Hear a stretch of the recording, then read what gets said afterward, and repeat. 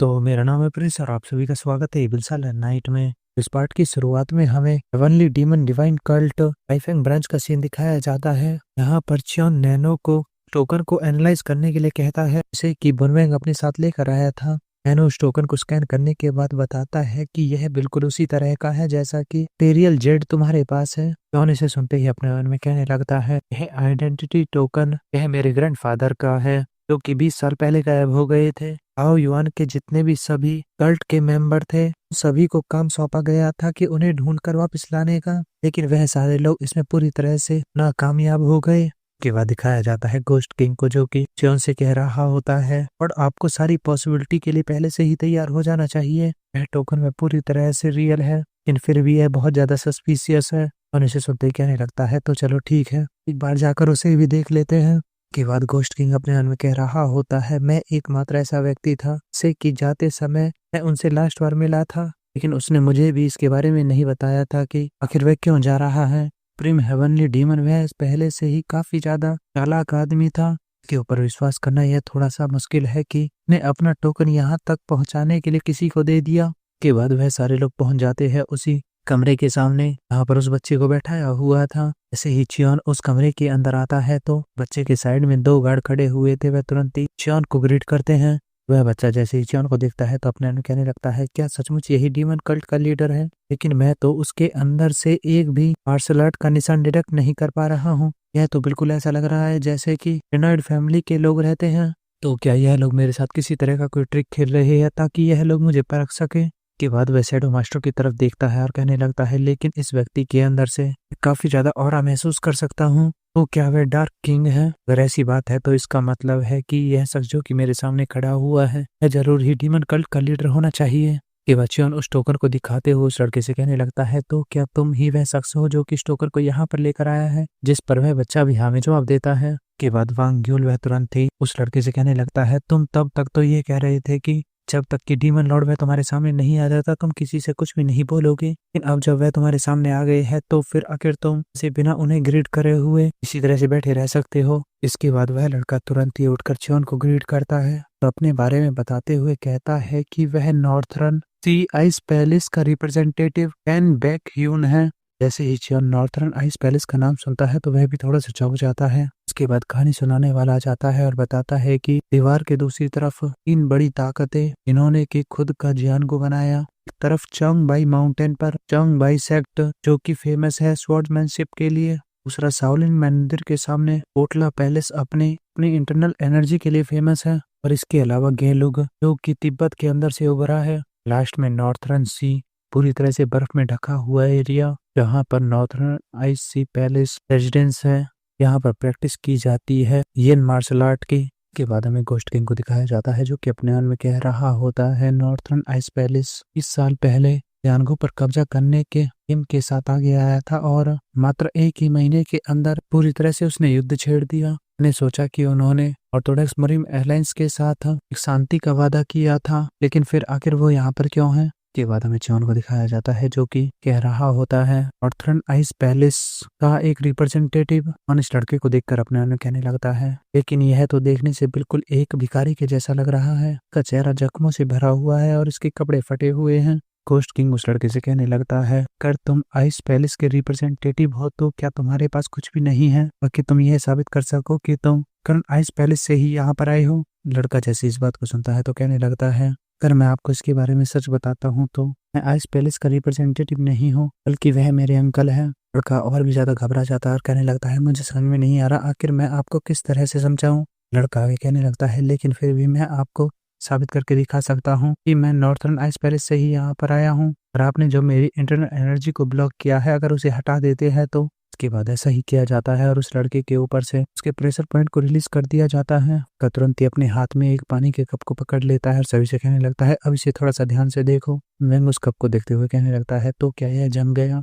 कैसे सुनते ही अपने उन्हें कहने लगता है कि मैं इन्हें इसका बना हुआ बड़ा व्हाइट डिवाइन पाम ट्री बनाकर दिखा सकता था कि नॉर्थरन पैलेस के लोग अपने आप को रिप्रेजेंट करते हैं, लेकिन मैं घबरा गया जिसकी वजह से इन लोगों का संदेह मेरे ऊपर और भी ज्यादा बढ़ गया। लेकिन इतने में वह लड़का जैसे ही अपने सामने देखता है तो वह सामने देखकर कुछ चौंक जाता है क्योंकि जॉन के साथ साथ सभी लोग उसे ही घूरे जा रहे होते हैं। कहने देखते ही अपने कहने लगता है कि ऐसा लग रहा है जैसे कि वह अभी भी काफी ज्यादा डाउट में है, क्योंकि मैं उन्हें कुछ ज्यादा खास नहीं दिखा पाया हूँ, लेकिन मैंने तो उन्हें पहले ही आइस आर्ट को दिखा दिया है।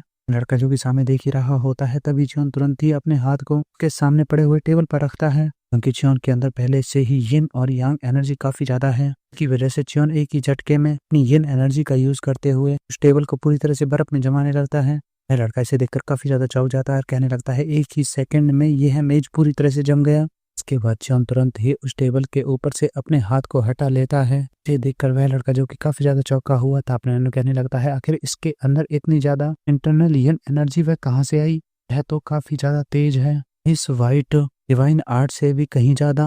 इसके बाद च्योन को दिखाया जाता है जो कि उस लड़के से कहने लगता है तो क्या तुम इसके बारे में क्या कहोगे, क्या इस आइस का यूज करने की वजह से अब मैं भी ईथरन आइस पैलेस का एक व्यक्ति बन जाता हूँ। जैसे ही लड़का इस बात को सुनता है तो वह पहले से ही काफी ज्यादा घबराया हुआ था, इसकी वजह से वह हिचकिचाते हुए कुछ बोलने की कोशिश करने लगता है और कहता है फिर आपके अंदर इतनी ज्यादा एनर्जी वह कहाँ से आई।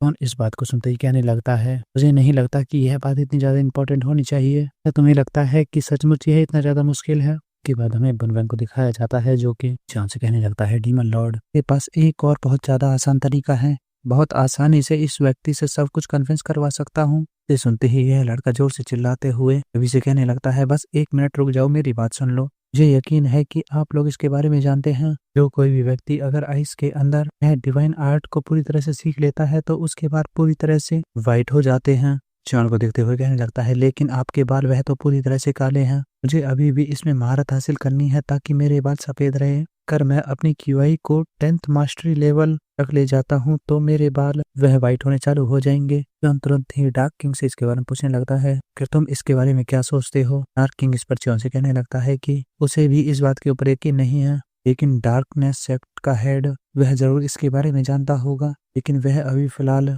10,000 माउंटेन्स के अंदर है। के बाद डार्क किंग वह च्योन से कहने लगता है लेकिन वांग जियोन वह जरूर इसके बारे में जानता होगा, उन्हें 30 साल पहले ही ऑर्थोडॉक्स मरीन अलायंस का हिस्सा बन जाना चाहिए था। के बाद च्योन तुरंत ही आवाज देता है ब्यूवन को सुर कहने लगता है जल्दी से वांग जिनो को यहाँ पर लेकर आओ। जैसे ही यह लड़का वांग जिन का नाम सुनता है तो काफी ज्यादा चौंक जाता है और अपने में कहने लगता है क्या यह लोग बात कर रहे हैं अनरिवल्ड स्वॉर्ड वांग जिन की। मैंने इसके बारे में अफवाह सुनी थी कि वह मन कल्ट के अंदर आकर शामिल हो गया है, तो क्या यह बात सच है। और च्योन को देखते हुए अपने कहने लगता है सोंग युआन के 5 ग्रेट मार्शल आर्टिस्ट में से 2 वह डीमन कल्ट के अंदर है, तो यह कहना पूरी तरह से बेकार नहीं होगा कि जियानगो पर इनका अधिकार है। इसके बाद च्योन उस लड़के से कहने लगता है इतनी ज्यादा सरप्राइज होना बंद करो और जल्दी से अपनी पहचान साबित करने के लिए कुछ करो। इसके बाद दिखाया जाता है उस लड़के को जो कि तुरंत ही अपने हाथों को एक साथ लाकर कुछ करने लगता है और अपने मन में कहता है मैंने इस तरह के कामों के लिए आइस डिवाइन आर्ट को नहीं सीखा था, लेकिन यही एकमात्र तरीका है जिससे मैं यह साबित कर सकता हूँ कि आखिर मैं हूँ कौन। इसके बाद वांग ग्यूल जैसे उस लड़के की तरफ दिखता है तो वह भी काफी ज्यादा चौंक जाता है। के बाद उस बच्चे के हेयर जो कि अभी तक काले थे वह धीरे धीरे करके व्हाइट होने लगते हैं। इसे देखते ही संगवा भी अपने मन में कहने लगती है यह तो बिल्कुल सही कह रहा था, इसके बाल वह व्हाइट होने लगे हैं। इसे देखते ही च्योन भी अपने मन में कहने लगता है इंटरेस्टिंग, पता नहीं है किस तरह का ऑरा है, इस तरह की इंटरनल टेक्निक है जो कि का ऑरा इस तरह से फ्लो हो रहा है, लेकिन यह सचमुच काफी ज्यादा दिलचस्प है। के बाद वह बच्चा अपनी प्रोसेस पूरी खत्म कर देता है, फिर से नॉर्मल होने लगता है। के बाद च्योन से कहता है क्या तुमने इसे देखा, और इसे सुनते ही कुछ सोचने लगता है। वह बच्चा जैसे ही च्योन को देखता है तो कहने लगता है अपने मन में कि यहाँ का माहौल पहले से थोड़ा सा बदल गया है, अगर अनरिवील्ड स्वॉर्ड वह मेरी इस मामले में मदद कर देता है तो मैं जरूर डीमन कल्ट लीडर इससे मदद मांग पाऊंगा। सबसे ज्यादा इम्पोर्टेंट बात यह है कि मेरे पास प्रीवियस कल्ट लीडर उनका टोकन है। के बाद बाहर से बुनवेंग की आवाज आती है जो कि बताता है डीमन लॉर्ड मैं यहाँ पर वांग जियोन को लेकर आ गया हूँ। वह बच्चा भी तुरंत सामने की तरफ देखने लगता है और अपने मन में कहता है मैं बचपन से ही इनके बारे में सुनता आ रहा हूँ, तो फाइनली मैं इनसे रूबरू होने वाला हूँ। के बाद जैसे ही उसकी नजर सामने जाती है तो वह थोड़ा सा चौंका हुआ लग रहा होता है और वहां पर वांग जियोन आ गया होता है, लेकिन साथ में उसके योगन भी उस जगह पर आई हुई होती है। एवं जैसे ही योगन को देखता है तो अपने आप कहने लगता है यह एनर्जी तो कि इस लड़की के अंदर से आ रही है, इसने भी आइस मार्शल आर्ट को मास्टर किया है, इसके अलावा इसके हेयर वह तो पूरी तरह से वाइट हो गए हैं। आखिर इसने कितनी खतरनाक इस मार्शल आर्ट को मास्टर किया है, यह नहीं हो सकता। मुझे सचमुच विश्वास नहीं हो रहा है कि मुझसे भी ज्यादा कोई यिन एनर्जी वाला शख्स मेरे सामने खड़ा हुआ है। मेरे पास इन लोगों को समझाने का कोई भी उपाय नहीं है। के बाद ही उन रोते हुए कहने लगता है, आखिर इस लड़की की क्या दिक्कत है, ने किस तरह की मार्शल आर्ट को मास्टर किया है जो कि इसके हेयर वे पूरी तरह से वाइट हो गई है। उसके बाद सीन चेंज होकर हमें ऑर्थोडॉक्स रिमेलेंस का मेन बेस दिखाया जाता है। के बाद हमें इसके अंदर दिखाया जाता है एक शख्स को जो कि कुर्सी पर बैठा हुआ था। यह होता है ह्यून का अंकल डेजू सियोंज, जो कि बैठा हुआ अपने मन में सोच रहा होता है, डोंग क्योंग काउंटी में हमेशा से ही कुछ ऐसा बुरा हुआ है। यह एक बड़ा झटका है ऑर्थोडॉक्स रिमेलेंस के लिए, क्योंकि उन्हें भी जोरदार झटका लगा है। हो सकता है कि इसकी वजह से हमें मदद ना मिल पाए, क्योंकि मुझे यहाँ से मैसेज भेजे हुए लगभग 2 घंटे हो गए हैं। मैं पहले से ही काफ़ी ज़्यादा जल्दी में हूँ। अच्छा होगा कि वह लोग जल्दी ही मुझे जवाब दे दे। के बाद हमें ऑर्थोडॉक्स रिमेलेंस में कॉन्फिडेंशियल एरिया को दिखाया जाता है। वहाँ पर बैगर सेक्ट का लीडर कह रहा होता है, यदि हम लोग नॉर्थर्न आइस पैलेस के संपर्क में हैं, साथ ही हमने उनके साथ एक अलायंस भी बना रखी है, लेकिन फिर भी ये बहुत ज़्यादा खतरनाक है। और दूसरा शख्स कहने लगता है, मैं भी इस बात से सहमत हूँ कि नॉर्थर्न आइस सी पैलेस के अंदर उसके जैसे मॉन्स्टर को क्यों सील करके रखा हुआ है। इसे सुनने के बाद भी मरीम अलायंस का हेड, जो कि बिल्कुल शांति से अपनी जगह पर बैठा हुआ था, उसे इस तरह से चुप बैठे हुए देख बैगर सेक्ट का लीडर चिल्लाते हुए कहने लगता है, आप इस मामले की गंभीरता को बिल्कुल भी कम नहीं आंक सकते। ड्रैगन टॉर्टोइज वह इस मानवता की सबसे बड़ी आपदाओं में से एक है। यह कोई ऐसी चीज नहीं है जिसे कि बिल्कुल भी कम आंका जा सकता है।